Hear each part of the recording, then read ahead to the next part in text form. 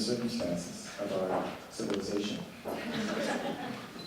Bonsoir, mesdames et messieurs. Well, good evening, everyone. Welcome to Canadian Masters. I'm Tom McSorley, Executive Director of the Canadian Film Institute. And welcome to the opening night of our first season of Canadian Masters, a special guest artist series celebrating the artistic achievement of Canada's greatest filmmakers. Yeah!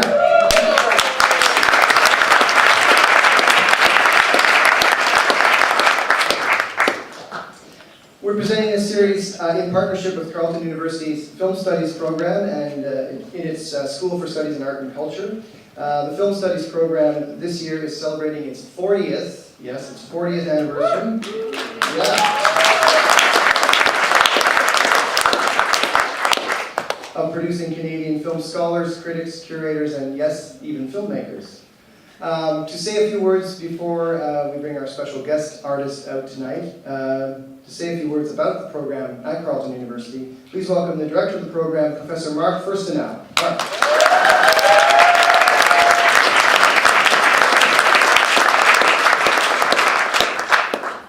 Good evening, everybody. Thank you for coming. Yes, my name is Mark Furstenau. I'm Associate Professor of Film Studies at Carleton University.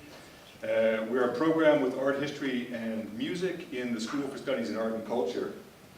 And we're very happy to be hosting this event tonight with the Canadian Film Institute to kick off our celebrations for our, indeed, 40th anniversary. We're very pleased to have the president of Carleton University here tonight, Roseanne O'Reilly-Runty. I think she's in the audience.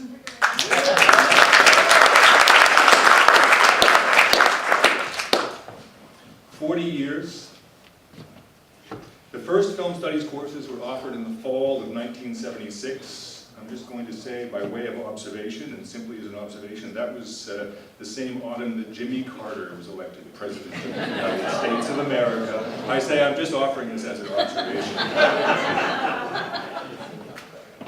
The chair of the program in that inaugural year was Professor Chris Faulkner, who's also with us tonight. Chris.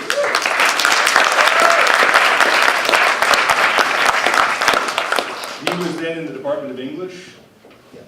Chris is just recently retired, but he played a decisive role in the foundation of film studies at Carleton. He, with George McKnight and Patrick McFadden, neither of whom could be here tonight, taught the first film courses in 1976, building what was to become one of the most important departments of film studies in the country. I actually have with me pages from the original Carleton University calendar from 1976-1977. I can tell you the courses that were offered that year: a technical history of film, the documentary tradition, national cinema, the director, forms and conventions of the cinema, film and society, critical problems, theory and aesthetics, the silent cinema. Chris, does this bring back a lot of memories? My memory's shot. Okay. After Chris and George and Patrick founded the program, Susanna Pick, who's also here tonight. Susanna.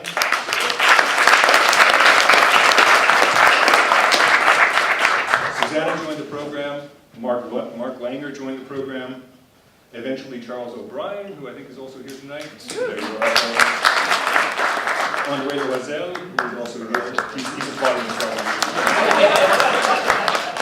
Mitsuyo Watamarciano, who's actually in Japan this year. Then me. Yay. About 10 years ago. That was about 10 years ago. Since then, we've been hiring a lot of new faculty. Professor Malini Guha has joined us. Professor Abubakar Sanogo, who's here tonight as well. Extending our expertise in world cinema, African cinema, Indian cinema. And most recently, we've hired Professor Laura Horak, who's here, and Professor Audrey Annable, who are taking us in new directions towards film and media studies. We've also had a large number of part-time faculty who've taught for us over the years, including, of course, Tom McSorley, the Executive Director of the Canadian Film Institute. Other contract instructors who I think are here tonight: David Richler, Bianca Britziu, Stephen Rifkin is here tonight. And we have some notable alumni in the audience as well. Patrice James is here, I think. Executive Director of the Independent Filmmakers Cooperative. Penny McCann, Director of Saw Videos is here.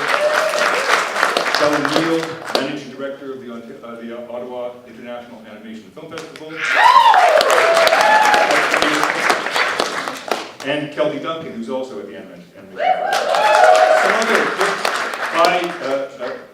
A taste of the people who come through and gone on to great things from our program: Jeff Pavir, the film critic; Chris Robinson, the artistic director of the Animation Film Festival; André Laverdière, the moving image conservator at the Library and Archives Canada; Michelle Mayhew, the executive director and CEO of the Toronto International Film Festival. We are very proud of the people who have graduated and gone on to do great things in film and media in Canada from our department.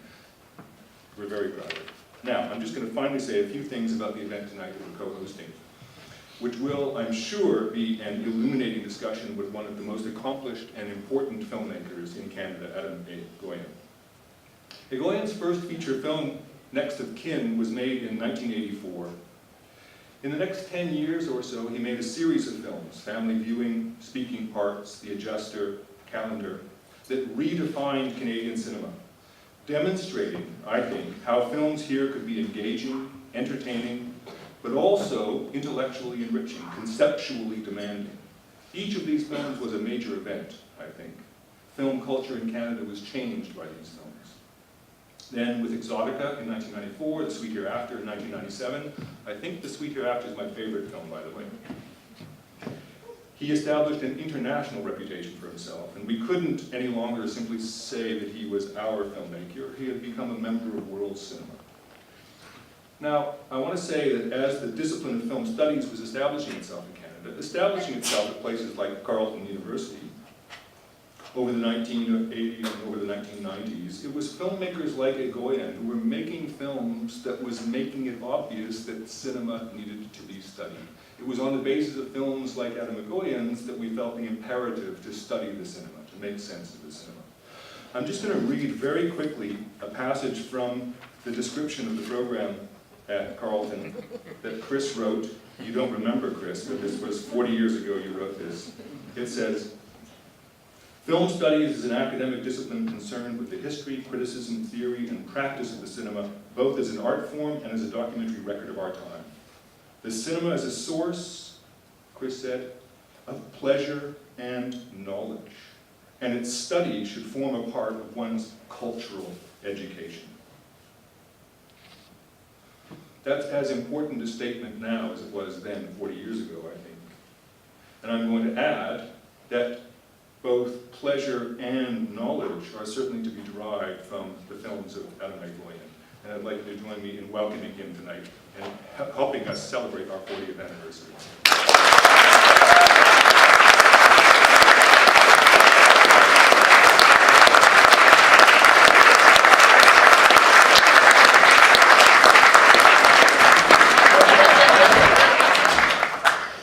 My first films were,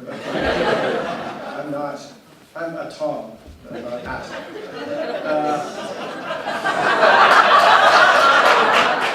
That's the best joke tonight. I'm not a Tom. No, I am a Tom. Sorry, I'm not Adam Egoyan, sadly. But I want to say a few words about him before we bring him out. He's, as Mark has mentioned, one of Canada's most acclaimed and accomplished film artists, and his work has captured prestigious prizes at festivals all over the world, Cannes, Berlin, and many others. His screenplay for Mark's favorite film, The Sweet Hereafter, was nominated for an Academy Award. He is a member of the Order of Canada, and in 2015 a recipient of the Governor-General's Performing Arts Award. He's a multifaceted artist. He's not just a filmmaker. He's written and directed theater and opera, and has conceived and designed multimedia arts installations at galleries across the globe, including one called Steam Beckett, which is now playing in Regina, or is happening in Regina, whatever art installations do. The verb is appropriate there. So if you're going to Regina, stop by. But of course, we're here tonight to talk about his films, his extraordinary body of work.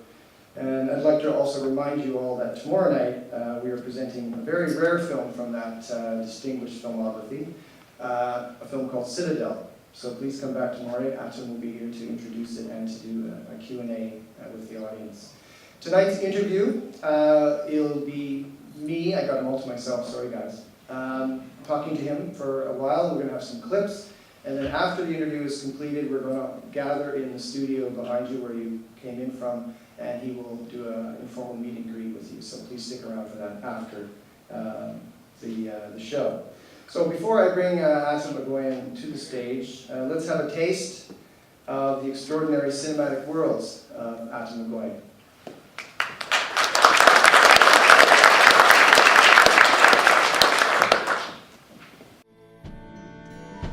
Through a bunch of dancers, quickly follow the unknown with something more familiar.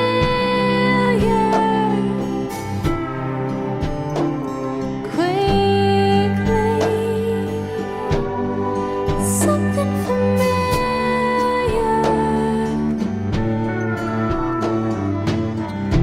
Courage, my word, didn't come, it doesn't matter.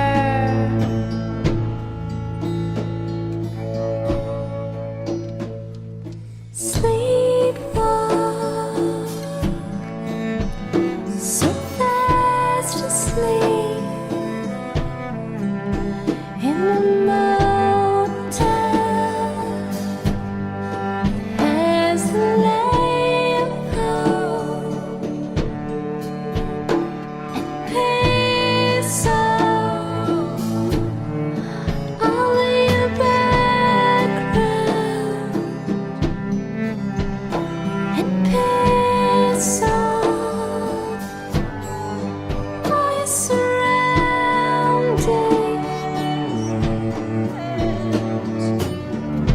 Courage, my word, didn't come, it doesn't matter. Courage, my word, didn't come, it doesn't matter. Courage, my word, didn't come, it doesn't matter. Courage couldn't come at a worse time. Ladies and gentlemen, Atom Egoyan.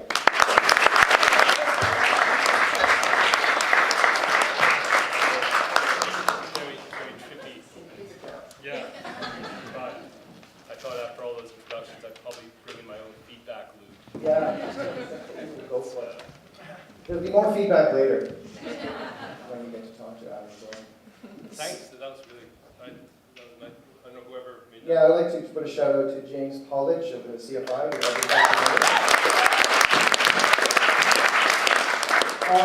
Well, let's begin at the beginning, I suppose, with arrivals. I don't know if you want to talk about your arrival this morning from another country before we get going, because he arrived this morning from that country south of our border. Yeah, I was actually having dinner with friends in LA yesterday as the news was playing, and it's funny, I was trying to stay engaged in this conversation, but I just been looking over at this increasingly red map of America. So it was, and then going to the airport, because I got a red eye, which means that if I begin to zone out, I didn't get much sleep last night, but it was just very interesting to arrive back in Canada with the news of the election, and it was, actually, the first thing that occurred to me though, and no one's really talked about it, I mean, what is happening with all of these commercial interests that he holds? And is there a precedent for that? And does he now get to kind of like sell his empire as president's choice? I don't know, it's just weird, right? Everything is so strange, and because none of us were really expecting it. And I think especially when you're in the US, I mean, it's clear, I was in California, of course, but people are stunned, are in a complete state of shock, and are distraught really, really scared, and we'll see. It's a whole different space, and it's especially interesting that we had.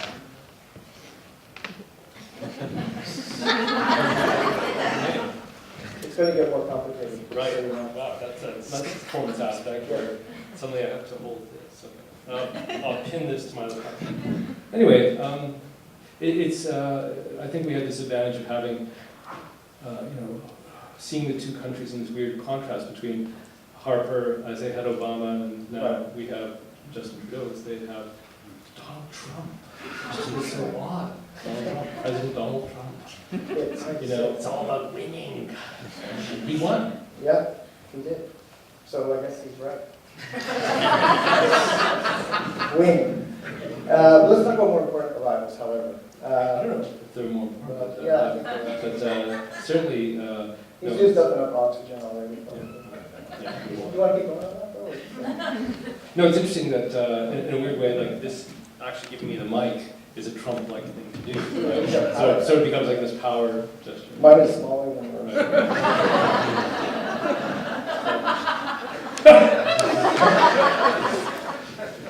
Oh well.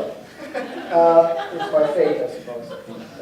But arrivals meaning, let's go back to your arrival in Canada in 1963. 62, really. Like Yeah. 62, we arrived in Victoria around 63, but Okay. 60, no. Anyway, yes. I was born in Egypt. I was born in Cairo to Armenian parents. When my parents are both painters. My father was, in some ways, a prodigy. He had his first one-man show in Cairo when he was like 14. And on the basis of his talent, he got a full scholarship to the Chicago Art Institute when he was about 17 or 18. And he was probably one of the first people from the Middle East to ever get such an opportunity. And he was, at the time, doing these very realistic paintings in the style of a very well-known painter there called Egoyan, who schooled a lot of Armenian. Because there was a very strong community in Egypt at that time. So he got this big scholarship, and he landed in Chicago right down in the middle of sort of American expressionism, abstract expressionism, the tales of that, and he got very excited about all of these new sort of tendencies in schools, came back to Cairo, had a show, and he was basically laughed at, as though you went to America to learn how to become a better painter, and you came back being like a child. And I think this really hurt him, and so he felt when he came to Canada, he wanted to be far away from the community, which was in Montreal, where all my parents, all their brothers and sisters are. All my cousins are in Montreal, spent a lot of time there growing up. So we moved out west, and they tried to start a private gallery where they could show their work. 'Cause my mother is also a painter, and that didn't work out. So it ended up being a furniture store, and they were one of the first people to bring Scandinavian furniture to the West Coast. And I was very, worked at that store, helping my father deliver furniture on the weekends, and but also really absorbing from them, both of them, the frustrations and how difficult it was to be an artist, but also what that life meant. Because my sister's also, she's an artist, she's a performing a concert pianist. And she specializes in new contemporary music, and it's challenging. So when it became clear that's what we wanted to do, my parents were kind of horrified because they realized how difficult it was for them, and so I felt when I was 18, when I was graduating from high school, that I didn't quite know what I wanted to. I'd written a number of plays at school, and I made films in Super 8. So I was very interested in international affairs, and so I kind of did this strange thing. I was telling you about it. I sent out applications to 3 universities, and with 3 different ideas. So I sent an application to Carleton for journalism, because I was interested in that. I knew that there was a film studies department, but it was very new. This is 77, 78, so it just started. I did send an application to Queen's for film studies, and to U of T, Trinity College specifically for international relations, because they had that program. And I just waited to see where I'd get in, you know, and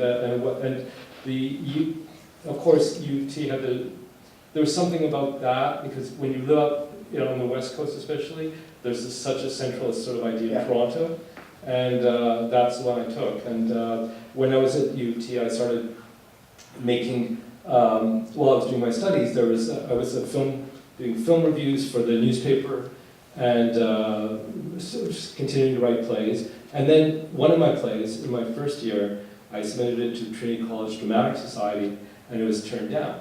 And really out of spite, I remember like running across this playing field and collapsing on my knees going, God, why have you done this to me? How could they refuse one of my plays? And suddenly this like little light went bling, and there was a film board at the Hart House. Right. Famously, David Cronenberg had started the Hart House Film Board, I guess, right? Many years before. And I went over there and I took this idea for the play and made it into a film. Right. And the moment I put that Bolex in my hand and started composing it, I went, oh, this is so interesting. This is Howard in particular. Yeah, Howard in particular, that, you know, basically the camera can be of someone's point of view. Right. And it can be a missing character in a drama. And because I'm sort of naive, I thought I was the first person to ever think of that. But you were. Yeah, right. So in a lot of these early films, there are these missing characters, and the camera is their point of view. Right, Watch. right. Yeah. It's interesting because that whole period in Toronto, when you think of people who came out in that era in the early 80s, it was you, Peter Metro, Bruce McDonald, Patricia Rosen, Jeremy Podeswa. The list is extraordinary. And were you all kind of bumping into each other? Or Well, yeah, I mean, this is what happened, is that I started making these short films at U of T. And then I realized at a certain point that I needed to have a community of people who were much better filmmakers than I was, or knew the craft. Right, yeah. And Ron Mann was also at U of T. He was doing these documentaries, and he told me I should hang out at Ryerson. And so I went to hang out at Ryerson, and that's where I met Peter and Bruce and Jeremy. Peter was mixing Césaire, and that I think was the film that kind of changed everything, because it got into the Toronto Film Festival in 1982. And I remember when the review came out in the Globe and Mail, Adele Freeman, I remember like photographically that just felt so unspeakably amazing that a film was being reviewed in the national paper that a friend of mine had made. And I was just like explaining to someone earlier, that year was also the year that Bruce McDonald and I had submitted our shorts, right, which didn't get into the Toronto Film Festival. And as a result, we had this crazy idea, which we did. We rented a 16mm projector, a generator, we put on tuxes, and we showed the films outside the theater that was showing the gala screens for the Toronto Film Festival on the sidewalk. And Jeannie Becker came from City Much Music and interviewed us, and then the police came and said we had to move. But I guess it was an early, you know, yes, we did hang out together. Yeah. And then I remember when my first feature came out in '84, I got a call. I was visiting my parents out in Victoria, and I got a call from someone called Patricia Rosen, who just wanted to know how I did that. Right. And so we remain really close friends. I mean, we are, and I think we take it for granted, but I've come to realize that it's unusual in some ways that filmmakers remain close like that. I mean, we're obviously, we like each other and we hang out, and I think we've gone through these war stories, and you know, of course there are moments where we've been jealous of each other. I remember when Patricia went to Cannes with for the mermaid singing, it was just so surreal, like the explosion that had, and how amazingly successful it was, and you know, like could we never aspire for that? But it's great to have your friends like Peter, and then you know, I was talking about Bruce earlier with Pontypool, and you know, these breakthroughs, you celebrate them because it's unlikely. It's very competitive, and so when they happen, especially with people that you know, it is cause for celebration. And that whole era has become known retroactively, or as the Toronto New Wave. Right. That you all arrived kind of at the same time, and there's something going on in the air or the water that often involved, and I want to ask you about this, because you start to use this very early, and it's that damn video camera. Right. So when did that become part of, I mean, Peter uses it, virtually everybody that, Yeah, and it's not like people weren't using it before. It's interesting, like, because I was just watching, there was a Fassbinder retrospective, and one of my favorite films, and I saw it because it was a 35mm print, is Fassbinder's In a Year with 13 Movies. And there's incredible use of video. There's a sequence there which is just so, and there's, Godard was using it certainly. and of course David Cronenberg's And David, Videodrome. Right. But before that, there was like incredible examples for film scholars. There's an amazing example early on, Fritz Lang in a film called Lillian, and it's like made in 32, and there's this sequence that'll make your jaw drop. It's Lillian is very abusive to his wife, hits her in the film. We see this early on, like is really nasty with her. And then he dies in an accident, and he's in purgatory. And, it's decided, like, where is he going to go? And he said, well, I was a very good person. And, well, we have some, not from what we know. And he's taken to a screening room. Right. And he's shown the scene that we saw earlier of him beating his wife. But it's got time code on it. It says like what day it happened, what hour it happened. This is Fritz Lang in 1931. Yeah. So the idea of having your life watched Right. and replayed is something that we've been toying with, or certainly Fritz Lang was, genius that he is, for a long time. The incredible thing about that sequence is he says, well, that's what it looks like, but that's not really what was happening. Mm-hmm. That wasn't what was going on in my head. And then they say, well, then watch it again. They replay it, and they have an internal voiceover, like what was going on in his head. Right. So it's that sophisticated quite early on. And so the video, or the idea of surveillance, or the idea of being watched is, in this Peeping Tom, and there's a whole history of films that deal with this. But I suppose what we were doing, and this is what's important, is that in the 80s, for the first time, regular people had access to these technologies. And it became a part of the decisions that they were making about what to record about their own lives. It wasn't just about Big Brother. It was about people like I've heard the mermaid singing, making records. Right. Now, of course, that also goes back to video art of the 60s, like Vito Conchi and also in this country, Lisa Steele, Birthday Suit, these early artist videos where it was the first thing that artists seized upon with the porta-packs, so that they could record themselves. Craft's Last Tape, was also a very early, way of exploring that from an audio technology. So, I mean, I don't think we invented in any way this idea of video, but we made it very personal. Yeah, and you certainly elaborated on it in terms of the narrative strategy. When you think about the difference between Next of Kin, which the video image is used as a kind of plot device. Right.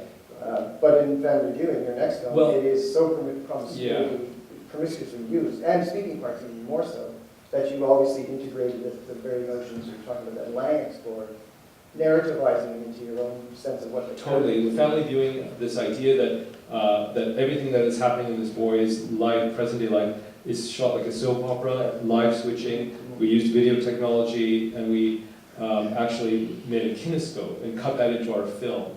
And so this idea of the two materials kind of playing with each other, and this notion of the erasure of history with the erasure of tape. The fact that the father is taking these old home videos. He says at the time, because we shot it in '86. My dad works for the company that made the equipment, so he had access to the prototypes. There's some bit of expository dialogue that explains why they would have had color video of the boy from the 70s, which almost didn't make sense at that time when we shot it, but that was really that idea of seizing on the idea of erasure and finding the material that could actually do that. The father takes these old home videos of his previous life and tapes over them with homemade porn that he's making with his mistress, sadomasochistic porn. And it's his way of dealing with kind of not acknowledging or, literally erasing his life. And also what was very potent to me was this notion of generational loss. Now that term means nothing anymore in a digital age, but when were working with analog video, when you made copies, each copy suffered generational loss, which meant that it couldn't be as good as the generation before.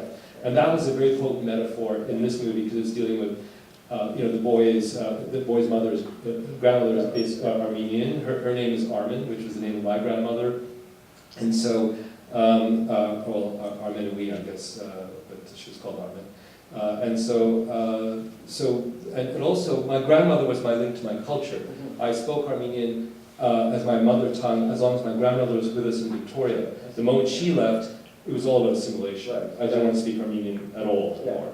So my link was through my grandmother. Right. So this was a very personal film. It's one of my favorite films, actually. And it's dealing with this idea of someone trying to retrieve a culture that they've lost. And working through video, literally. Yeah, exactly. Video becomes both the thing that's extinguished the culture, but it's also the way by which he retrieves the culture using the technology that's intended to, in some ways, sublimate his sense of identity, but he takes control over it. Right. And in the evolution of your career, if you want to step outside of that frame for a moment. No, I'm not. I'm too self-absorbed. I'll do that part. We do the solipsistic thing, and I'll just... I'm holding mic. Yeah. I can knock your mic off. Mine is small. But when you're moving, I remember talking to you about how impressed I was with Next of Kin, and you said, oh, yeah, but I wanted to do this and get the money, and then your next film, Family Viewing, which was considerably more money as a budget. Speaking parts also... still tiny budgets, right? Yeah, still tiny. Considering like 100, as opposed to 25,000, it was like 100,000. But did that enable you well, to yeah, explore that? I think you're always dealing with this question of compromise. And it's funny because I was just thinking about this the other day. I was watching a series, The Night Of, and I was looking at the ways Steven Zalia, another Armenian, had shot these courtroom scenes, like very dark, brooding, clearly in the studio.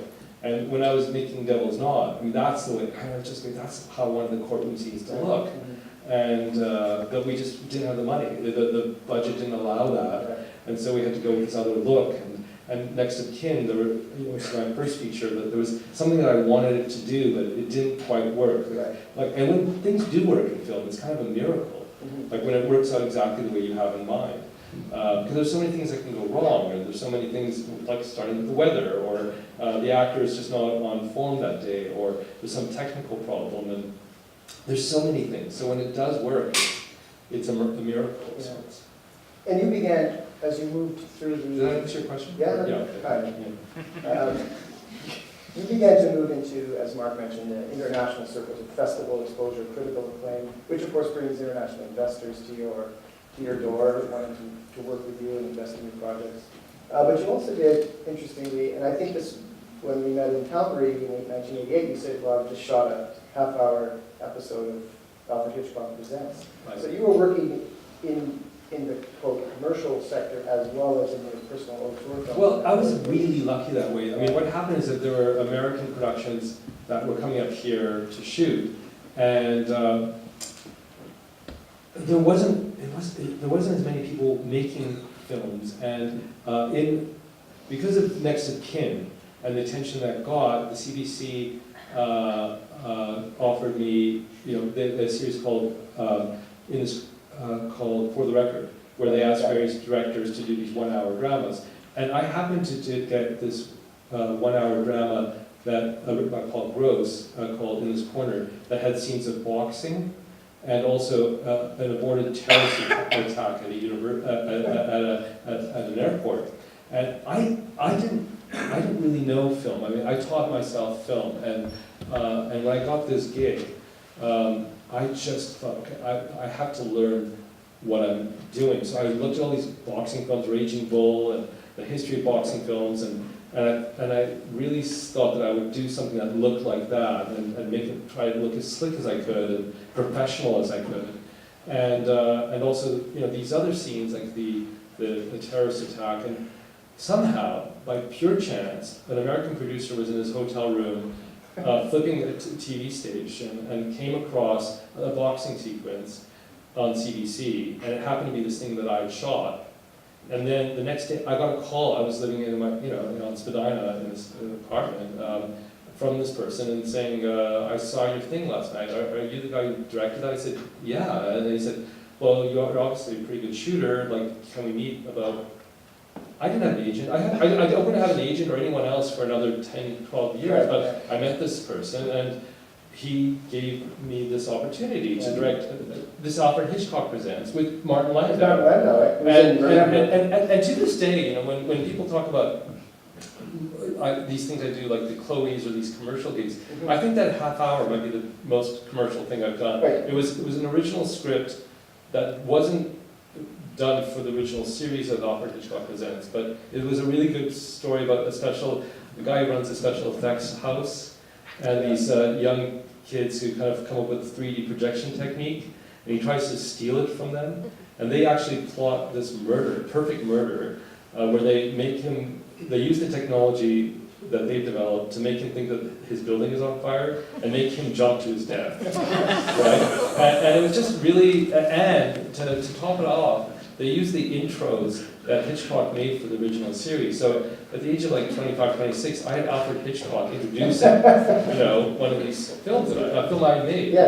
So I was incredibly lucky, just really, really lucky, and especially because there wasn't really an agent or a manager. I got that gig, and it led to the thing that you don't find on my CD. I did the pilot of Friday the 13th, the TV series. There you go. And I did it because You're suppressing that? I'm looking because it's really it's really schlocky. And weirdly enough, that was the time that David Cronenberg was supposed to be shooting Naked Lunch, but then it got postponed because of there was a crisis in the Middle East and we couldn't. So I ended up working with his editor, Ron Sanders, and his designer, so it was kind of an amazing opportunity. Wow. Yeah. So when you're moving your career, let's put it this way, as you say, you don't have an agent, you're kind of freelancing, you're an independent auteur director, you come to The Adjuster, which is a 1.6 million or whatever it was, but a very distinguished anamorphic shot and scope, very ambitious film, some describe it as impenetrable, I think it's completely lucid and clear. But then moving into Exotica and all of these early works, before you started to do adaptations, which I will ask you about in a minute, but the next two features you do, The Adjuster and Exotica, are relatively big budget productions with the same kind of stories. Yeah, I mean again, relatively. The reason we got anamorphic is that we would never have been able to bring those lenses in. There was a film that was shooting in Toronto that had brought them in for like a 2.5 month period. They were in the country. We knew about it, and we piggybacked onto their importation. We would not have been able to use those lenses. Wow. And it's hard to imagine that film not in scope. But it wouldn't have been if the lenses weren't here. We wouldn't have had the budget to do that. And also, this crazy location that I envisioned in the script of a model home in an aborted suburban development site, which we just couldn't find, and then we were going to again do this massive compromise until the location manager, I'll never forget, came in the door and said, I found it, and it was in Woodbridge, and there was this model home in the middle of the site. So a couple of things just fell into place. But yes, the breakthrough was Exotica. Up until that time, these films had they had a festival sort of, there was a following. There was a film that I made right before Exotica called Calendar, which we shot in Armenia. Again, going back to even a lower budget, very artisanal film. I saw an image of it on screen. And then Exotica changed everything because it was the first film line that could be marketed. And I didn't understand that process. I was actually fearful of it when Miramax took it on and kind of marketed it as a sex thriller. I bottled that. I thought it was so wrong, the whole point of the film is that there isn't a gunshot that goes off, and in the trailer you hear 3 gunshots, and it just sort of felt so manipulative, and yet, he very smartly said to me, Harvey Weinstein, he said, look, everyone who see one of your movies is going to see it anyhow. Why don't we just open it up to the wider public, and maybe half those people are going to hate it, but maybe half those people would see a movie that they wouldn't see otherwise. And that stuck with me. I mean, right up to Captive now on Amazon Prime. And you'll see there are people, it's had a huge response on Amazon Prime because there are people who hate it. And there are people who really like it, who give it 5 stars. You can see the ratings, and it's hilarious with Amazon Prime because you can see what else. You can go into their whole buying, life, what else they're promoting. Like you should see this. Yeah. Well, the one that came up, some friend sent it to me a few days ago from Dave, in Ohio, and he's never, by looking at his record, he's never seen another movie. Like, he's got hunting gear, he's got crossbows that he recommends. He voted for, what's his name, probably. He voted for what's his name, yes, President's Choice. Yes, exactly. Yeah, So much for the auteur theory. Well, it's fascinating. It's fascinating. In this era. And I think that's probably, so jumping way ahead to a film like Captive, yes, for the people who are aware of the work I've done early on, it might seem a parody of that, but there's a whole public that have never, or would never see one of my earlier films at all. Right. So for them to suddenly be in this movie that doesn't move like a regular movie, and it doesn't have the chronology of a regular film, and, where you're kind of lost in this space. And somewhere in that space there's a genre movie, and there's certain signifiers, but they're not behaving the way they should. Okay, that's going to turn off a lot of people, but the fact that it can turn on, Dave from Ohio, with his crossbow watching this is interesting to me. We brought Dave in. Dave. he's got a quiver full of feedback. Sorry. Yeah. But anyway, I mean, it's. I think it's.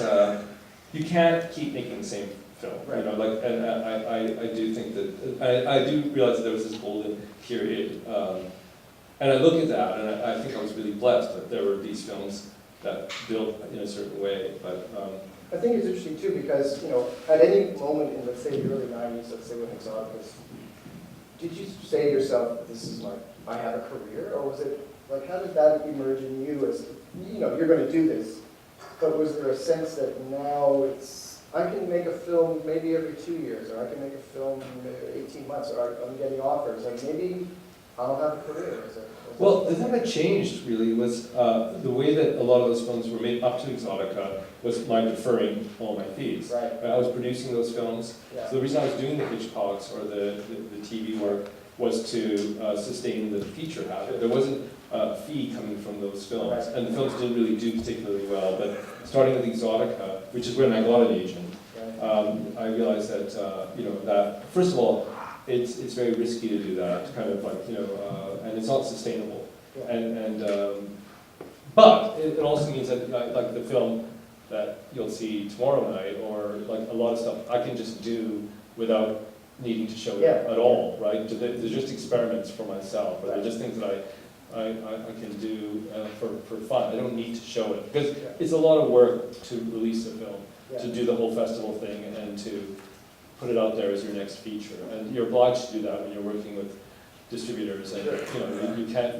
Not everyone can be Woody Allen or Terrence Malick, and just sort of like retreat. I mean, for the most part, you're expected to go out and promote it, and that's incredibly draining. Yeah, and I remember you telling me once that calendar, and it's interesting because you made Citadel before or around the same period as Where the Truth Lies, Right. which is a big budget enterprise. Well, which we didn't know was going to get funded, right? And it was the frustration of waiting for that, and I just needed to do I'll something. say, okay, yeah. And then, of course, you returned to Adoration, Right. which is more personal work that you kind of alternated in the 2000s, let's say, or maybe since Sweet Hereafter, I don't know. That you understand that this is a project that has a different kind of logic. And you mentioned to me that shooting Exotica, you suddenly gone into a new machinery. That is, you had much bigger crew, more kind of, let's say, less intimate demands on creativity. That you had to, have a line producer that would have everything in place, and there was less flexibility in terms of your own production process. That calendar was a refreshing thing to do because it was low budget, you had total control and all that stuff. So it seems an interesting, you kind of do the stuff and then you do, not that the other stuff doesn't continue your style, but that you also retreat to these more personal works. Or not retreat. What I love about these films like Calendar or Citadel or films that allow you to actually discover the film as you're making them. I mean, that's what Peter continues to do, Peter Mettler, and that you find some structure that allows you to shoot material, and then you're able to work it into something, and it can change through the editing process. And you can't do that with a commercial project technically because you've got all these distributors who have signed on to that script. Right. Like I'll give you a good example of, like, let's say Captive on YouTube. There's from Turkey of all places. There's the Turkish version is on YouTube, and the distributor has put like all the timelines, like added on, like 2013, 6 months before, 8 months later. Wow. And As if this would clarify that. well, and we approached him and said, look, I mean, that's not, he said, well, that was in the script that I bought. Like those dates, it's true enough, those dates are in the script, and and I don't want to get into a kind of a legal battle with the Turkish film distributor, and I kind of like let it go, and it was already out. I mean, at that point. But it's interesting to me that when you make a film in a commercial way, the script has to be adhered to an extent. Right. Otherwise, you're not actually you're not living up to the contract. Right.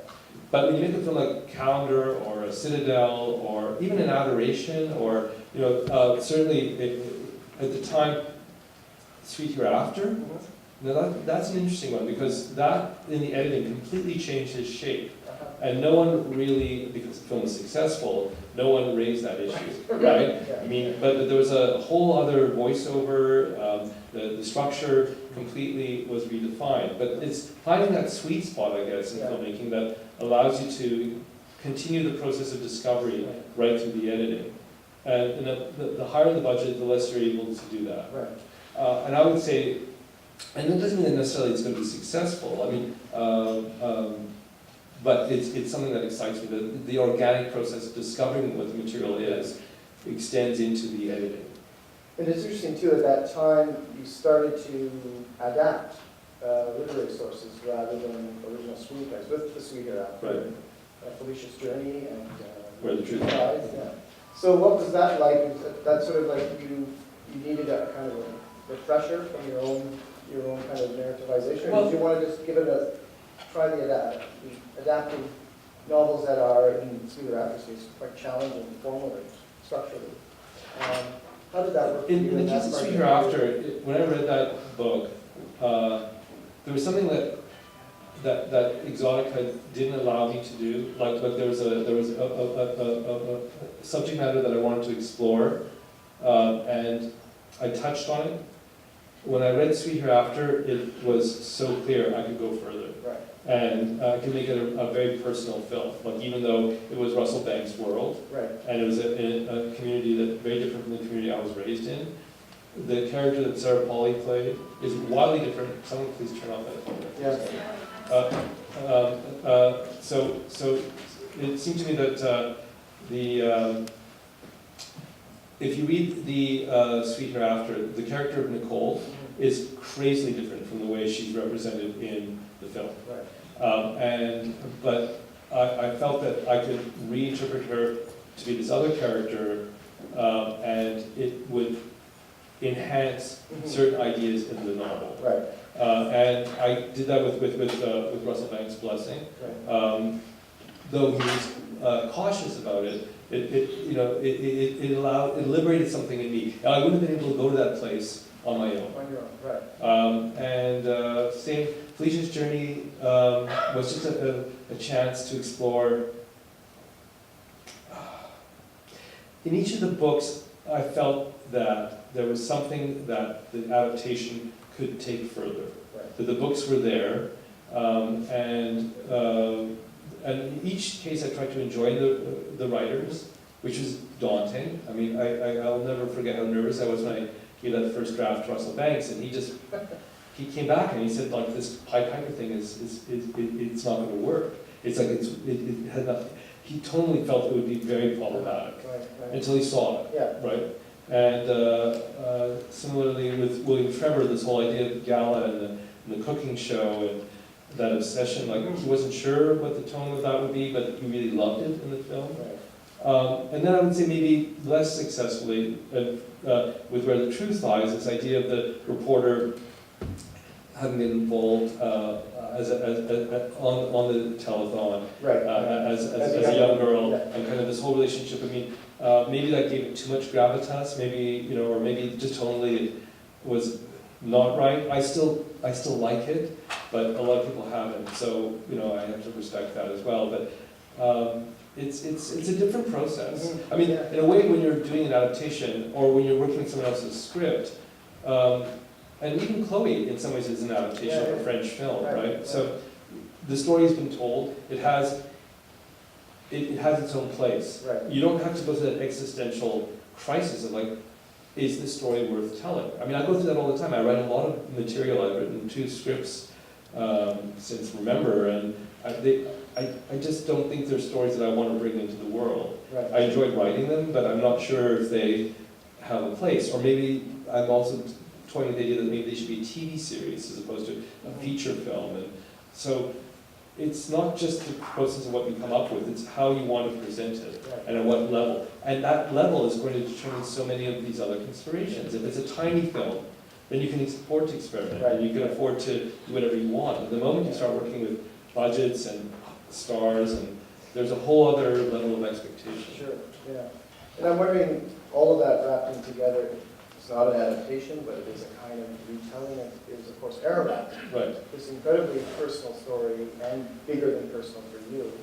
Tell us a bit about that, because that's 2002, right in the pocket there between these other works, and an extraordinarily layered film based on historical sources and et cetera, That must have been an extraordinary challenge to bring. Yeah, I mean, that's a life project. I mean, I had, as I said, I was not raised in the Armenian community, but when I came to Toronto and studied at the University of Toronto, there was an Armenian Student Association, and I became very involved with that. It was an incredible moment of rediscovery, and also, but it was also a very volatile time in terms of Armenian politics, because there were a number of very extreme actions that were taken here in Ottawa against Turkish embassies and diplomats, and there was this kind of rage that had been building up for this notion of recognition.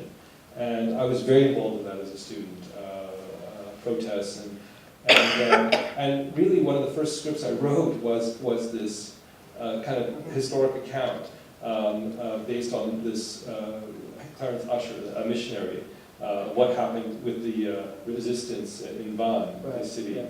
And I just thought his account, he was there, and what he was seeing, what he was witnessing was just so powerful. So I wrote this script.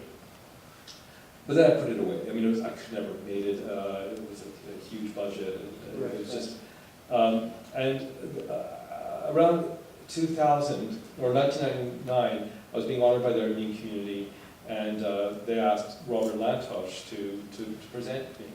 And he was He's got a big mouth. he was the chair, one of the founders of an owner of Alliance, which was a company that was distributing my films and helping me certainly make these movies.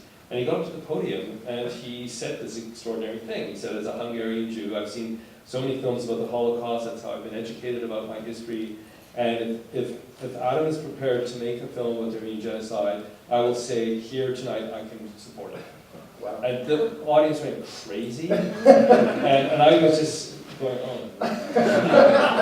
Like I was having a very nice career up to this point. Now I have to do this film, and of course right afterwards I said, so Robert, really, are you prepared to do this? He said, yes. I mean, and then the conditions sort of applied. Like he had a exit deal with Alliance, which allowed him to make a certain number of films that they approved. If they didn't approve, he would still get 10% of the budget. I mean, there's all sorts of other complications, but he said, but we have to make it now. Like you have 1 year. Wow. We have to be shooting it. And I was going, okay. So I went back. I remembered I had written this script. I took it out of this drawer and read it, and I went, well, I can't make that film, or that just. But I thought, okay, why is it that this film feels not right? And it's because it wasn't dealing with what I was experiencing, which is not so much what happened, but the denial of it. The denial, by the Turkish state, the vehemence of that denial, and the effect of that on successive generations. Right. So I thought, okay, let's do a film about the making of that film and have these 4 generations. You have the survivor, Marshall Gorky, you have the child of a survivor, Charles Aznavour, making this film. You have the grandchild of a survivor, this academic, Ani, played by Arsene Khanjan, who's writing about Gorky. And then you have the great-grandchild, her son, Rafi, who is watching the making of this film and is very upset because it doesn't seem to reflect what he's feeling. It seems caricaturish, it seems like a cartoon. And his father, we understand, was an Armenian freedom fighter or a terrorist who died during an attack. So he has this incredible legacy of it, and he just feels tortured by it, doesn't quite know how to work that all out. So put together this script. You know, if I had more time, I would have clarified some of the things. I'm not sure about Marie-Josée Croze and the whole Quebecois thing, being fit into that as a stepsister, that he has an I ancestral. thought that was a Robert thing. No, The it was, naked girl. no, it was definitely my thing. Okay. So, but it emerges, and you know what's interesting? I was just talking about this with the Armenian ambassador earlier on. We were talking about The Promise, which is this big Armenian historic epic that premiered at the TIFF this year with Christian Bale and Oscar Isaacs, and you know, huge film. And it's the film that everyone wanted Ara to be. Right. You know, it's like the classic, you know, like Hollywood, you know, epic, historic. It's the film within the film. And in fact, Edward Soroyan's film. Yeah. but there's been like now 3 films since Ara. Like there was Fadi Akin's film called The Cut. Right. There's the Taviani brothers, like no Yeah. slouches when it comes to filmmaking. Yeah. They made The Lark Farm. And each of these films, you know, seems to have this, they seem to position the history in the right place, but they sort of been under the radar. My fear is The Promise might also, you know, not find its way because it's not dealing with an issue that I think is quite unique to our genocide, Right. which is the silence or the denial of the perpetrator. Right, exactly. But it's not acknowledged. Well, you know, look, there's so many examples of historical violence, and we do have like a legacy of Holocaust films, and some of them are extraordinarily powerful Right. films. But there was a conference on ERA in Tel Aviv, University of Tel Aviv, like a decade ago, Oh, yeah. and you know what was fascinating from a Jewish perspective is this notion of, well, what would have happened if Germany did not have to reckon with the Holocaust? Right. Like, what if Germany was able to get away with not acknowledging the Holocaust? Where would the Holocaust then be in our consciousness? And so Ararat almost becomes like this strange meditation on this issue, Right. which very similarly to what happened to the 40 Days of Musa Dagh, which was a great novel written by an Austrian Jew, which was a meditation. He was anticipating what would happen to European Jewry in the 30s. And he wrote this novel based on the Armenian genocide, saying this is going to happen to us. Yeah. And in the same way that with the formation of Israel in 48, that was required reading for anyone in the Israeli army, you know, to read, if you go even now. But it's not about Jews, it's about Armenians. Right. So it's interesting how you could argue that Ararat has also kind of created this, an abstract kind of meditation on the transmission of trauma. The historical event Yeah. is almost a secondary issue Right. to what's happening psychologically. Yeah. Which is where a lot of your films explore. Maybe, yeah. That idea. I think we're going to get a taste of your films now. And we'll come back after this is a series of clips that I've assembled from the various incarnations as a filmmaker. So I hope you enjoy it. Okay, And maybe we won't have any feedback. I'll sit over there. Sit over there. Leave your microphone on. I think they'll take care of that. Okay, good. Right?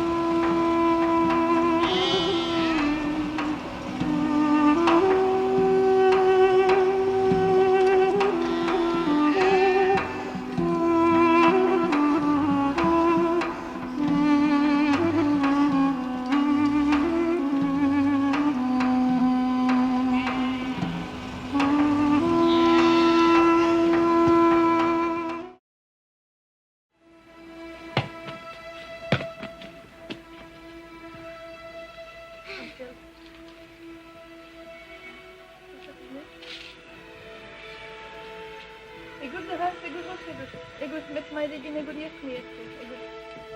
Ego nee. Ay, ben esto.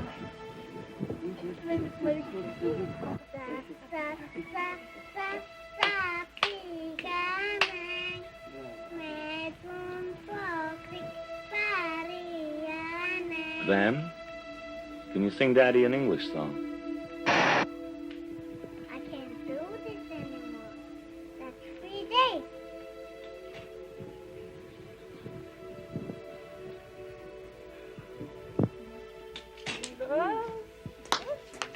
What are you doing? He's taping over everything.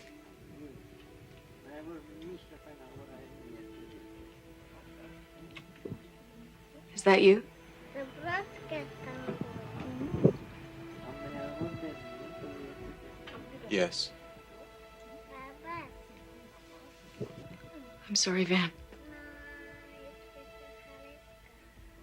I had no idea.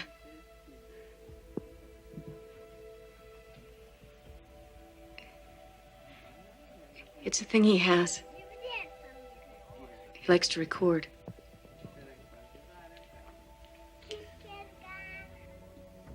And erase. He prefers to erase.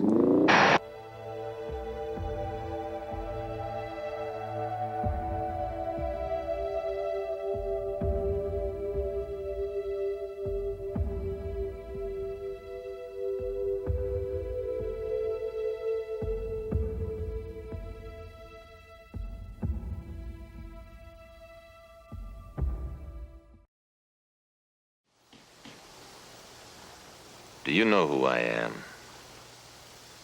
Yes. Do you have any idea of the sort of background I bring to a project like this? Yeah. You probably used to watch some of my shows when you were a kid, right? Did you watch television when you were a kid? Yes. Then you used to watch some of my shows. So what's your point? My point is, who the fuck do you think you are?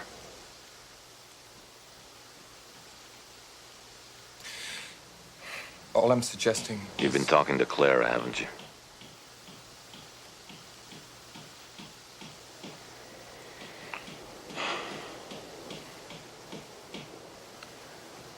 Look, I just want to make sure that we're working with the best script possible.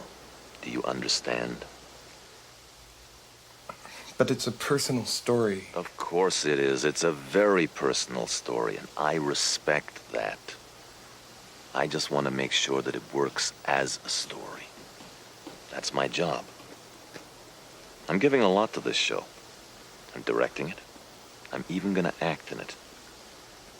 I know it was a traumatic event for Clara. She was close to her brother. A man gives up a lung to save his sister's life.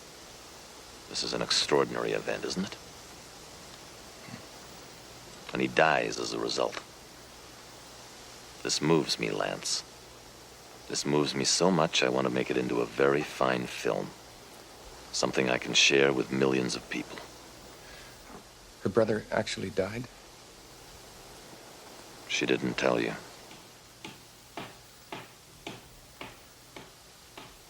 Tragic.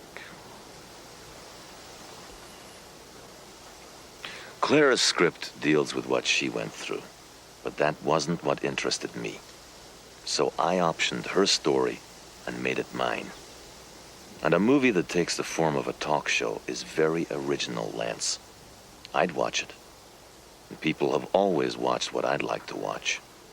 You have, ever since you were a kid. Right?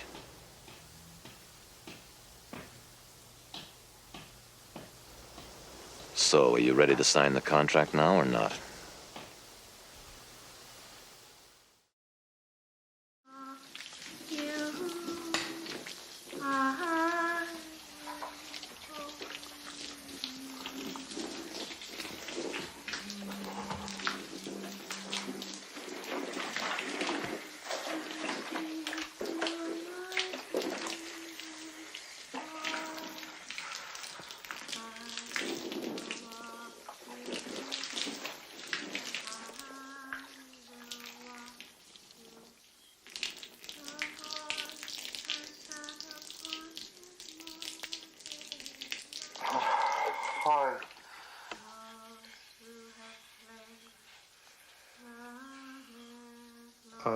These are a few of my favorite things.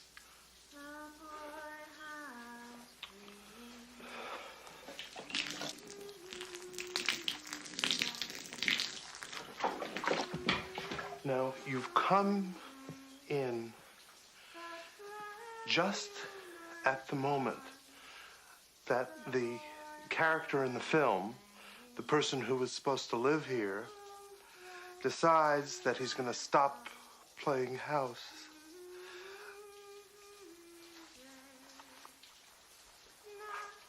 So,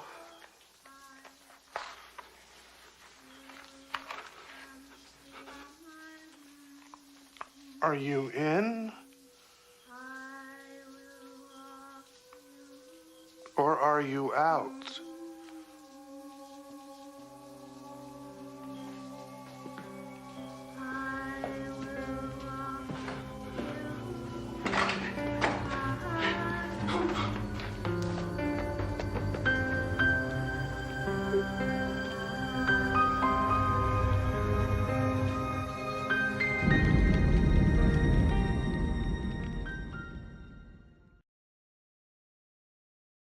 You have to convince yourself that this person has something hidden that you have to find.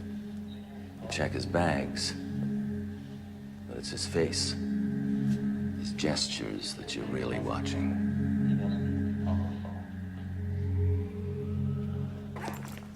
Thank you.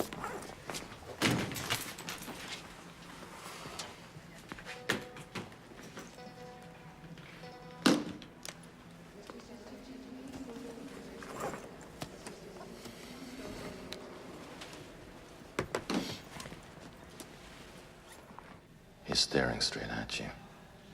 Look at him, carefully. What do you see? Security for unclaimed bag at gate 17.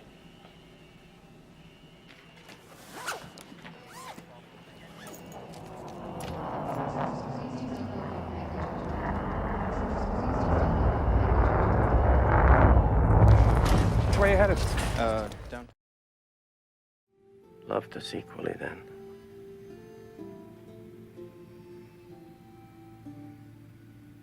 Just that she hates us both equally now.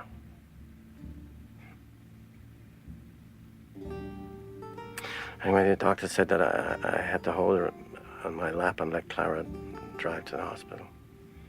He asked me to bring a small, sharp knife. He said it had to be clean. There was no time to sterilize properly. He explained how to perform an emergency tracheotomy.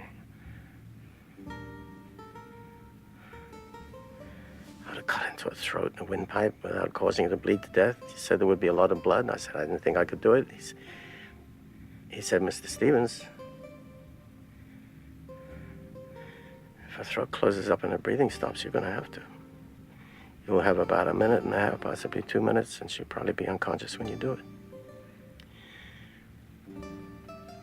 But if you manage to keep her calm and relaxed,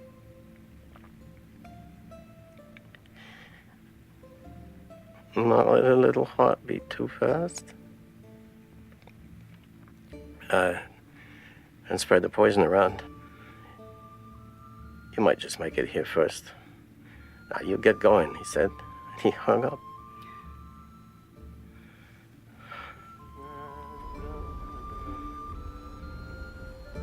It was an unforgettable drive.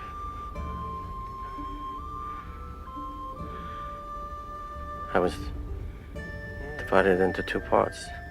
One part was Daddy, singing a lullaby to his little girl. And the other part was a surgeon with a knife ready to cut into her throat.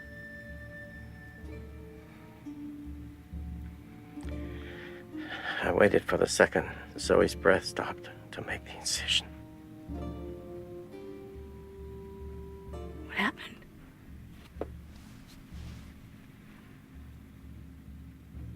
Hmm? What happened? Oh, nothing. We got to the hospital in time. I did not have to go as far as I was prepared to go.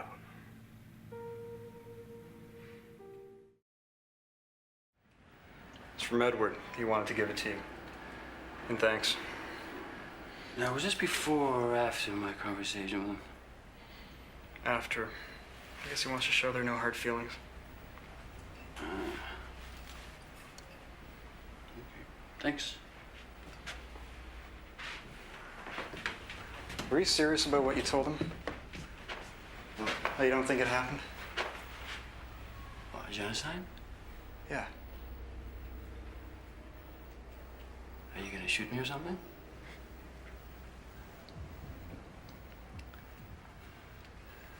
Look, I never heard about any of this stuff when I was growing up.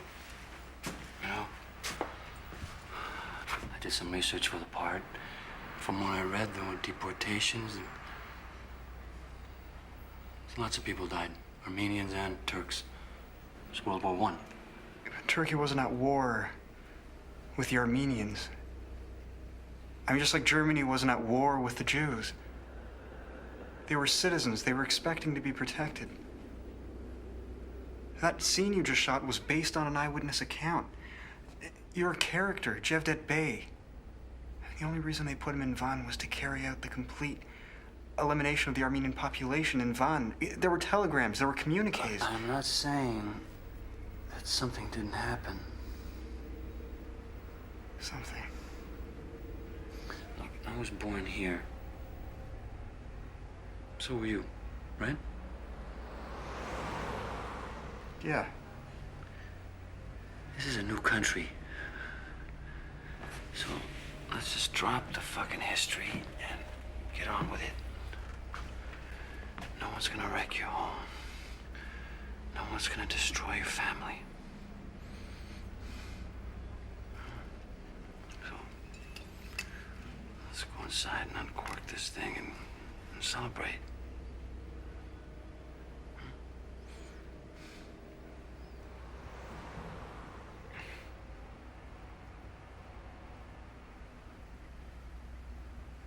Do you know what Adolf Hitler told his military commanders to convince them that his plan would work? Who remembers the extermination of the Armenians?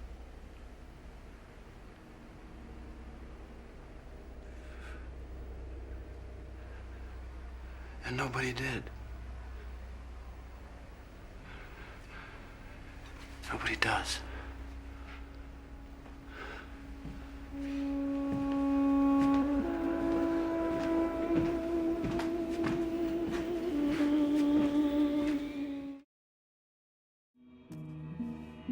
Kept this on my cell as a reminder.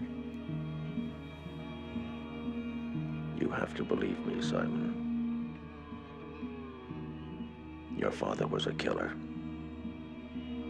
If the bomb had gone off in midair, as my father intended, it would have been the most devastating terrorist attack of its time, and my father would have gone down in history as a mass murderer. Except, he wouldn't have gone down as my father. I would have disappeared in my mother's womb along with all the other passengers on board that flight. I wouldn't be here to tell you the story. How's that? Have you told anyone else about this? That I'm making it up? No. Why not? If my friends found out it wasn't true, it wouldn't be the same. What wouldn't be the same? The feeling I get when I'm performing. I mean, some parts of it could almost be true, but in a different way. In what way? Things about my family. Stuff I haven't thought about for a while.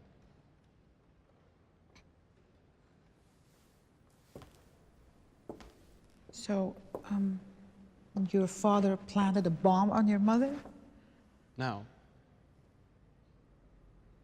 Well, sort of.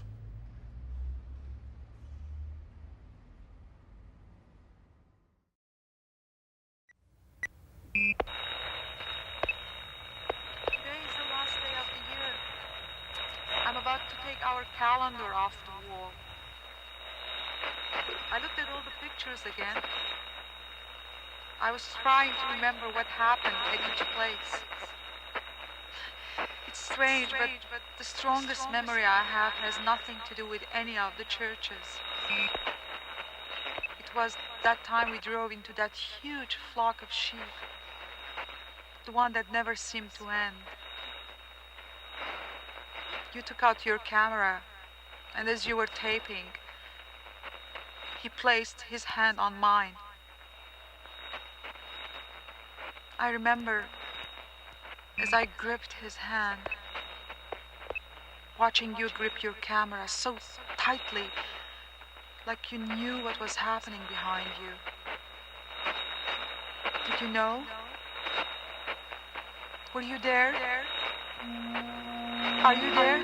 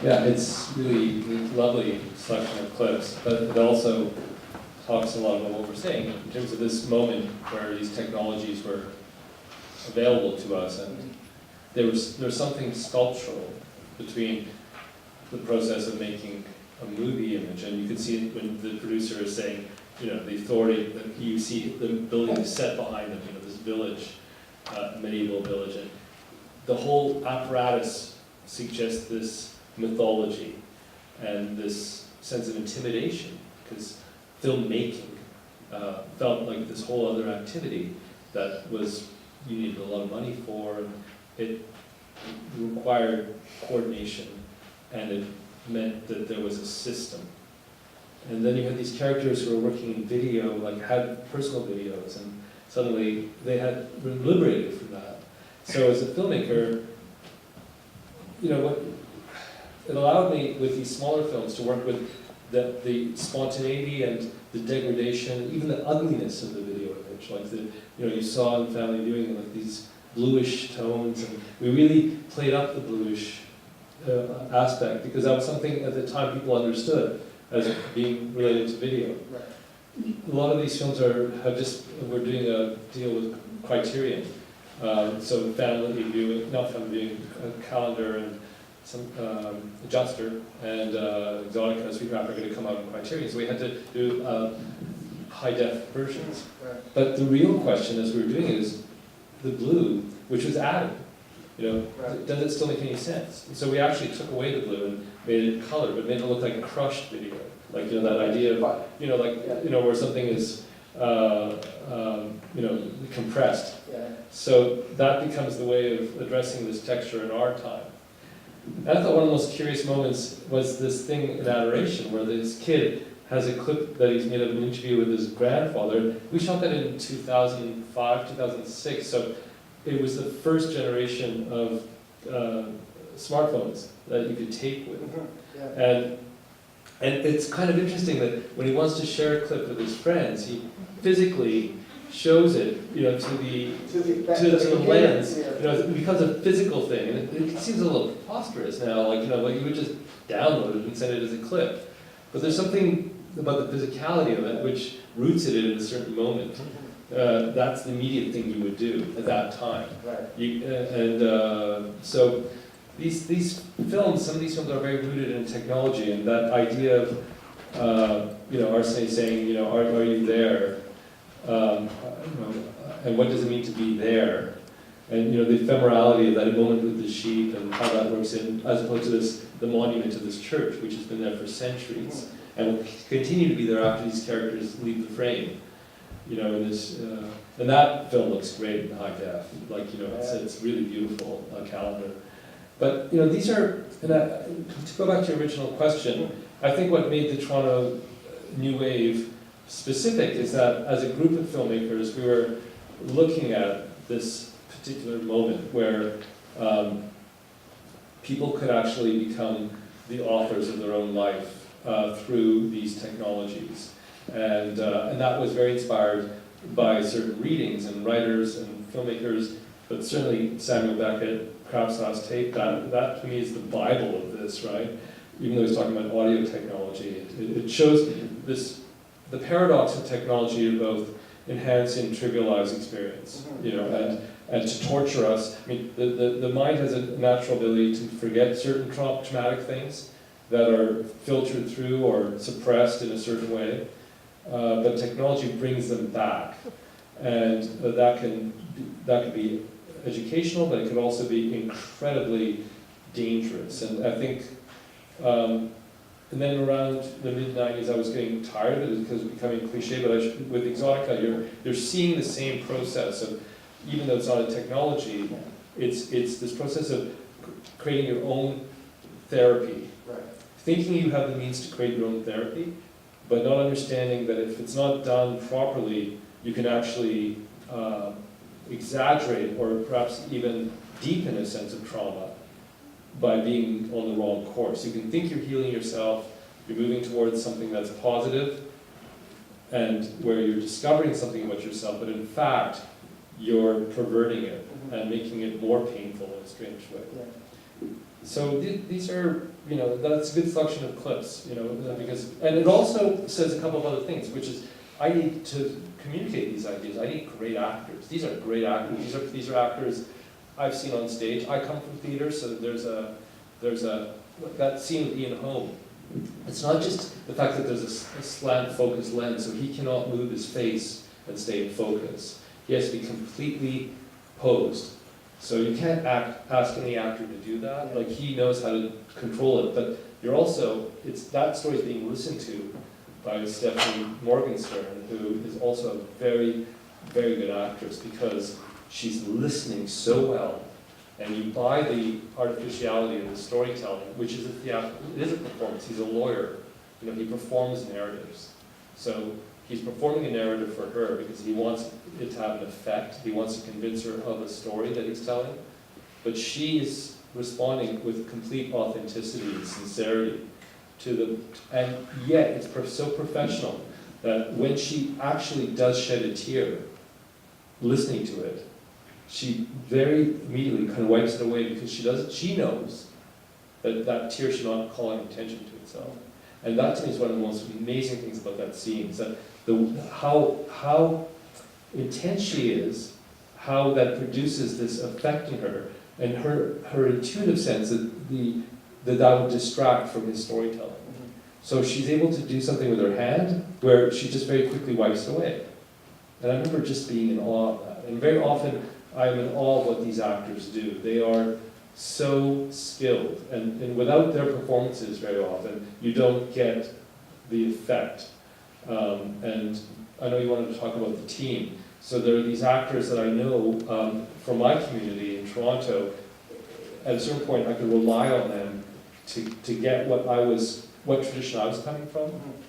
Understand that there was something maybe stilted about the dialogue, or a little theatrical about the dialogue. It's not naturalistic, but they would know how to perform it and get that tone. And also, the work with my crew and with Paul Sarasi, we're getting an award in Poland next week for the collaboration. Camera image, because it's been, he shot a lot of these films, not calendar, but most of the films. And certainly my relationship with Michael Dana, who scored all the films, and he's obviously an Academy Award-winning composer now. He wouldn't let me get away with not saying that. As opposed to an Academy Award nominated person. He's won an Academy Award. Anyway.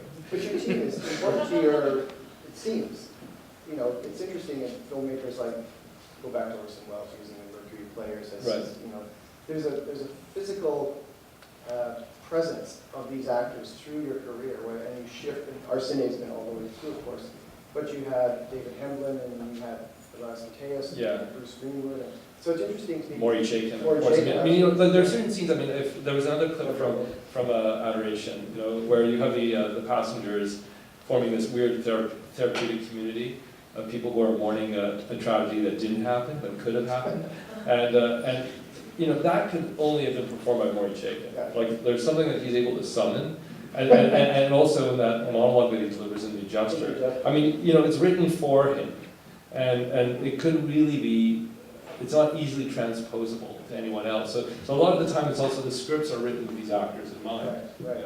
As opposed to, let's say, I mean, let's say like the Chloes or the Devil's Knots, or you know, there's something. I mean, there are a number of different actors who could play those roles, and you may or not be able to get the actors you want, or they may not be cast completely perfectly. I mean, maybe Colin Firth doesn't quite work as a Southern kind of DA, but then, you know, but that's what makes the film. You know, as opposed to these smaller films where you can really work with someone who's perfect for the role, and you know would be perfect. I have a question about the reason I started the clip with the sheep, and you know, what's going on. There's this endless shot of the sheep that takes place early in the calendar, and there's no contextualization, except they're there in Armenia, and there's a lot of sheep on the road. So you let the shot go on for 3 minutes or some extraordinary... Very long time. Yeah. So at minute 8 or 9 of the film, you're going, what is going on here? And then, of course, the ultimate sequence is what you saw at the end of the calendar, where she calls and says, do you know what was going on when you were shooting the sheep? So you retroactively reinterpret. Right. And your films do that a lot. But I have to also say that was a very curious example where I love that shot. That shot wasn't planned. It obviously wasn't in the script. We were shooting in this church at the beginning of the film, which is on top of the hill, and very remote location in Armenia. And then suddenly one of the crew members, you know, said, "Look," and there was a flock of sheep, unlike anything. Even all the Armenians, like, you know, who are surrounded by flocks of sheep, they'd never seen a flock quite like this. It was monumental, and it was coming towards us down the road at the bottom of the hill. So I just took a video camera and rushed down, got into this tiny little car, kind of it was a Fiat, like a Soviet kind of ripoff of the Fiat, and we started driving along this road. And miraculously, the other thing that was amazing, not only was the extent of the sheep, but that we could drive along the road. Normally, when the sheep are on the road, you cannot pass. But somehow, they kind of formed in a way that allowed the car to go. So we had this perfect tracking shot. And it just felt kinetically, given how solid these calendar images were, these 12 calendar images, that suddenly liberated me to think of the video as a thing you could just, like we said, without a crew, just whip, just spontaneously shoot it. Yeah. Now, at the time, we were still cutting negative. I repeated the shot at the end. I did not know why. I cut the negative. We were in the mix. It was just going to be a repeat of the music that we heard at the beginning. Yeah. But suddenly, I went, oh, no, that's where Arsene and the guy that she falls in love with first hold hands. And I'm doing that to distract myself from what's happening in the car. Your character. My character, who's this person who loses his girlfriend or wife in Armenia to this guide. But this is the moment where he, pretends to be distracted as opposed to confronting it. And so I called Arsene and I said, we were mixing late. I said, come down right away, you have to record this. And she's going, well, what are you talking about? I said, just get in a cab, come to the studio, I've got this idea. And as she's coming down, I'm writing this text.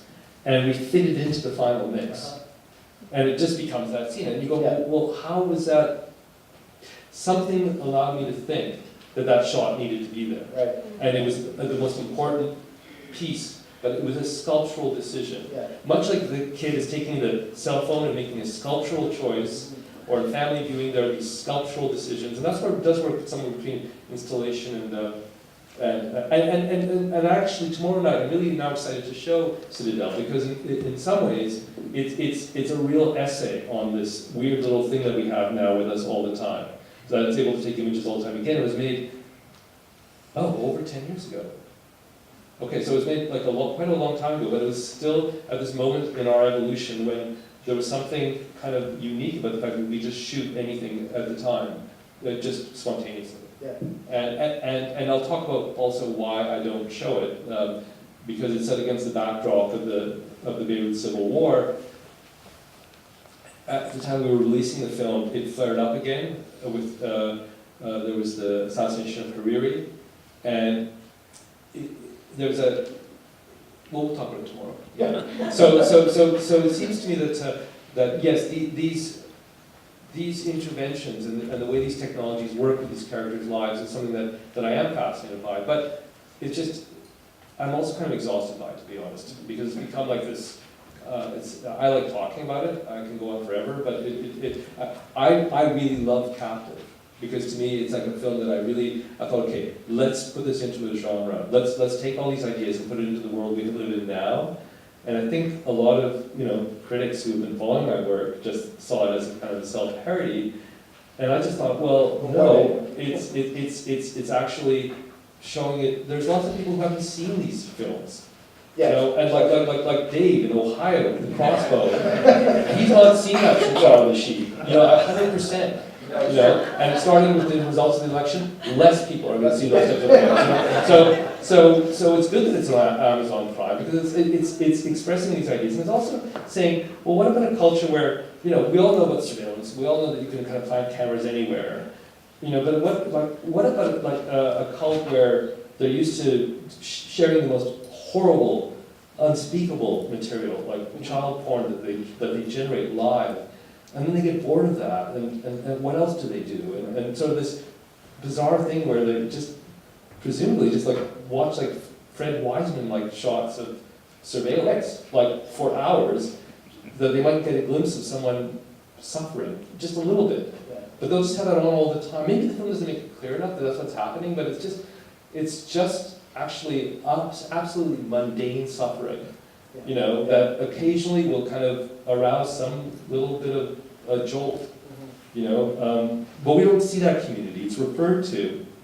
It's very, for the people who get it, it's interesting watching the Amazon Prime quote. It's because there are people who get it and find it really creepy and very scary, and then there are people who find it absolutely boring, and I get that, but it's interesting that you put a film like that with Ryan, you have Ryan Reynolds, you have Rosario Dawson, it's kind of looks like parts that look like a thriller. There's a car chase. There's kind of but it's clearly coming from a different place. And what I found with Pauling, honestly, is that a lot of the critics who follow my work are not able to situate what I just said. No one has written about that at all. Right. And I find that really odd. That at a certain point, that people were reading these things, and then I think it's also because there's, again, exhaustion. There's a lot of films to write about.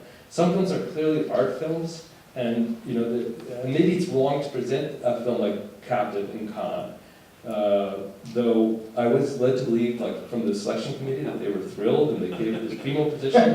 But in retrospect, maybe that was the wrong place to place it. I'm not sure. Yeah, I do. I have to let it go, because it really, speaking of trauma, I found that it is very traumatic. That you're in this public kind of humiliation where you're and that's also a product of our culture. It's gang mentality. Right? Absolutely, I remember the whole thing about it. I haven't seen it when I saw it. What are they talking about? But I'm curious about any artist that one meets, the relationship they have to their, whether they're musicians or whether they're writers. They have a different relationship to the piece than we do as spectators or as audiences.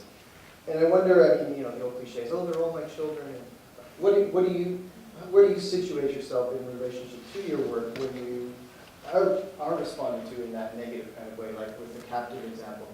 Do you think about it? Does it bother you? Well, clearly, otherwise I would have just told you the story. I meant the other. Yeah. You're only nominated for an Oscar, by the way. Yeah. I don't know, like, it's like, it'd be nice to not, because in some ways, and that's why I shielded Cinema. Like, look, the film was made for no money. I just shot it on my video camera. I edited it on Final Cut Pro, fooled around with it for a while, and I went, hey, I don't have to put this through the system at all. Right. Like, no one's expecting to see it. Like, there's no pre-buy. I can just take a break. Yeah. You know, I can make a film, like it's just a home movie. I enjoy doing it, and occasionally I can show it. But I don't have to, deal with, critics. I don't have to deal with, people are going to attack it. And, I mean, I understand it's part of the game. It's a battle. Making films is a battle, getting it out there is a battle. And if there are people who are invested in it, you owe it to them to be a warrior, to defend it as best you can, and to give it its best shot. But if you can, as an artist, just do something without having to go through that, like do an installation in Regina, or do a music project with like Coke Machine Glow, or you just turn off the steam and just have fun. Yeah. Just enjoy the process of being creative. And that's why I also find it really interesting. Like, I've written these 2 scripts, and I really enjoyed writing them. But to make the film, convince the people to put up the money, and to convince the actors, and get them to a big festival, and all that pressure. Yeah. I think that is maybe, I'm just giving this a therapy session too. You should have brought the couch in. At a certain point, you need to do that because you have to get known. But then once you are known, it's like, well, then just do it when you absolutely have to, and when you're totally passionate, and there's no way you're not going to make that film. I wish I could write a novel. I'd like to take these 2 scripts and kind of write them as prose, but that's not my gift, Are you interested in, the renaissance of television now? Completely. Television. Yeah. No, one of these ideas, I've met with some, producing partners who I work with, and if I tighten it up, it could be a really good pilot for something that, I have to find the right collaborator who understands that architecture. Right. Because I don't. I mean, the feature film is the short story to what is clearly the novel. This TV series is the novel, and the feature film is like the William Trevor or the Alice Munro or the Mavis Golan, or it's a form unto itself. Right. And it usually, like when you see Remember, that's clearly a feature film. Captive could have been a series. Sure. Yeah. It definitely. You have the detectives. You have you have a number of different characters, and it could have been conceived of that way. Devil's Knot as well. Devil's Knot, well, there's, yes, definitely. When you look at it like the Night of, sure. I mean, Devil's Knot is an interesting thing to talk about, because that was an odd, that film's done much better in Europe than here, because people here are saturated with that story through the documentaries, but in places where you don't know it, it has a lot more of an impact. And also what I was attracted to in that film was showing the most horrific crime possible, showing a courtroom and setting up the expectation that this is going to resolve into something. It never did. Like, it just sort of, it's an exercise in some existential futility in terms of dealing with justice, and I was fascinated by that idea, and I think it's very different from the documentaries, because the documentaries all say, that's the guy. Right. Go after him. Yeah. And the fact that we're making this film 20 years after the fact, and that all 4 of those documentaries that point to the guy, it didn't ever amount to anything. The guy was never caught. So it's a reflection also on this idea that there are certain things that won't ever be resolved. Right. I don't believe that case will ever be resolved. Yeah. And so where does that situate it as a narrative, and certainly as a Gothic Southern Gothic tale? Yeah. Well, I think the lack of resolution is really also part of your overall fiction that you make on film. And there's so many stories that are your characters who are in mourning or in pain, and it's not resolved. But the films themselves don't resolve them for the audience, let's say. In very interesting and different ways. Even from Next of Kin, when you think of Peter, who pretends to be the long-lost son of this Armenian family, there's a deep ambiguity in what he's doing. And you wonder, well, has he made the family happy again because he's reappeared as a 6'2" white kid? saying he's Armenian? Right. Or are they pretending with him? In fact, pretending is a very interesting, we heard Simon's character in Adoration talk about pretending. Like, I like how it makes me feel.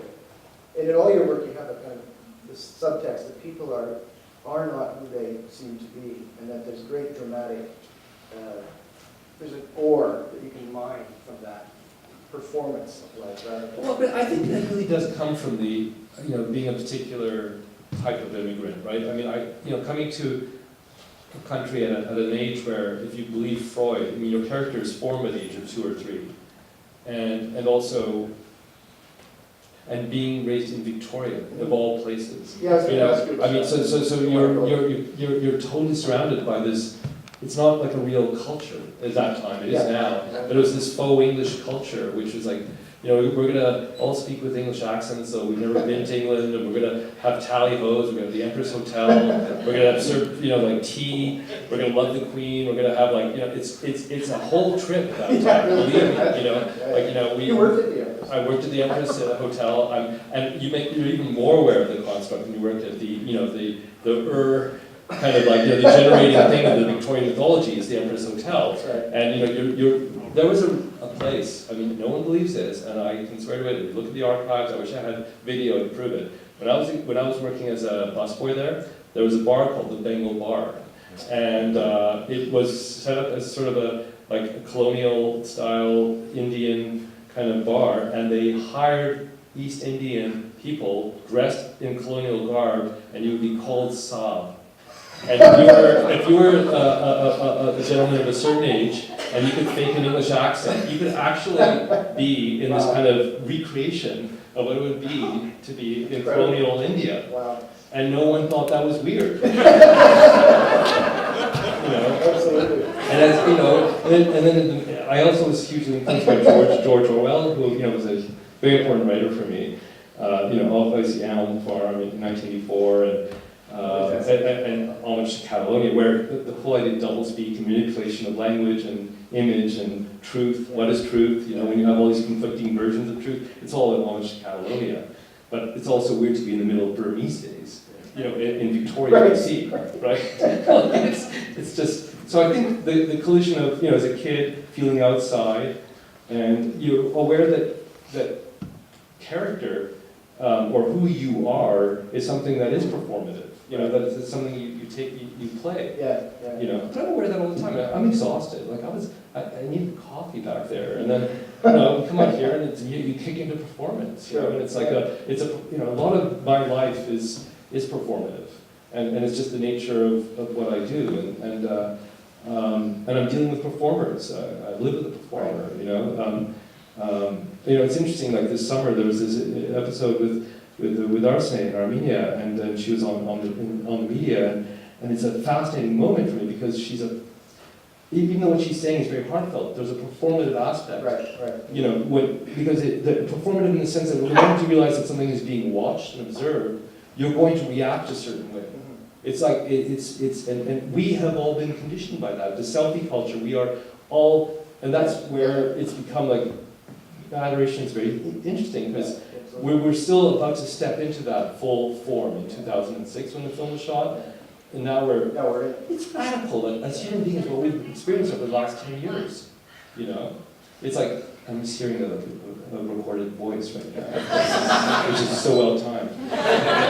But that's Dave in his gospel. But these past 10 years for all of us, and now a performer is the most powerful man in the world. It's incredible. He's been voted because he's an amazing performer. He's never served political office. That's insane. And he was telling people they're fired in a performative way from jobs they could never have. And now he's offering to give people jobs, real jobs. And everybody bought it. And it's like, wow, this is terrifying. But we're living in that moment. So well, that uplifting note. So everyone, think about that tonight. Yes. When you're meeting and greeting with Anton Egoyan in the other room, keep that in mind, because he will be performing. But I think I'd like to conclude our chat with a little surprise. It's not surprising as much as you know what it is. Have you followed? I can't go on. I'll go on. No, it's the beginning. It's an arrival. Let's put it that way. We start with an arrival. Let's end with an arrival. If you could roll the last video, please. What might this be? I'm going to sit down. Yeah, you should sit down. It's very short.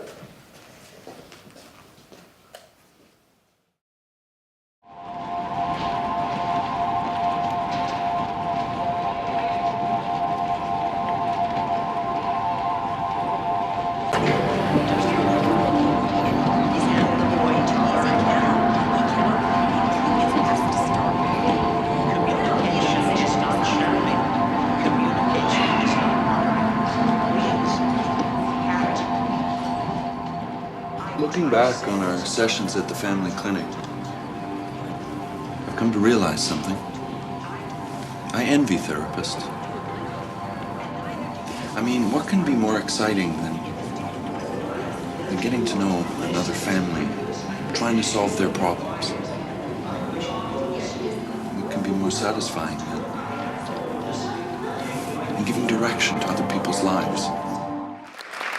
So my surprise for you, and I just said it to Tom, that first luggage, I had to be in that scene because we didn't have enough extras to make it look full. Sure.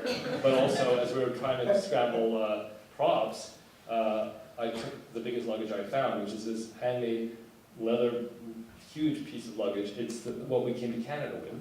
So that piece of luggage is actually, I still have it. It's the luggage that we came to the country with. So that's I just wanted to show your first cameo. My first cameo. In your own film, where you arrive as who you are now. Right. And I want to thank you for all of your journeys. Thank you.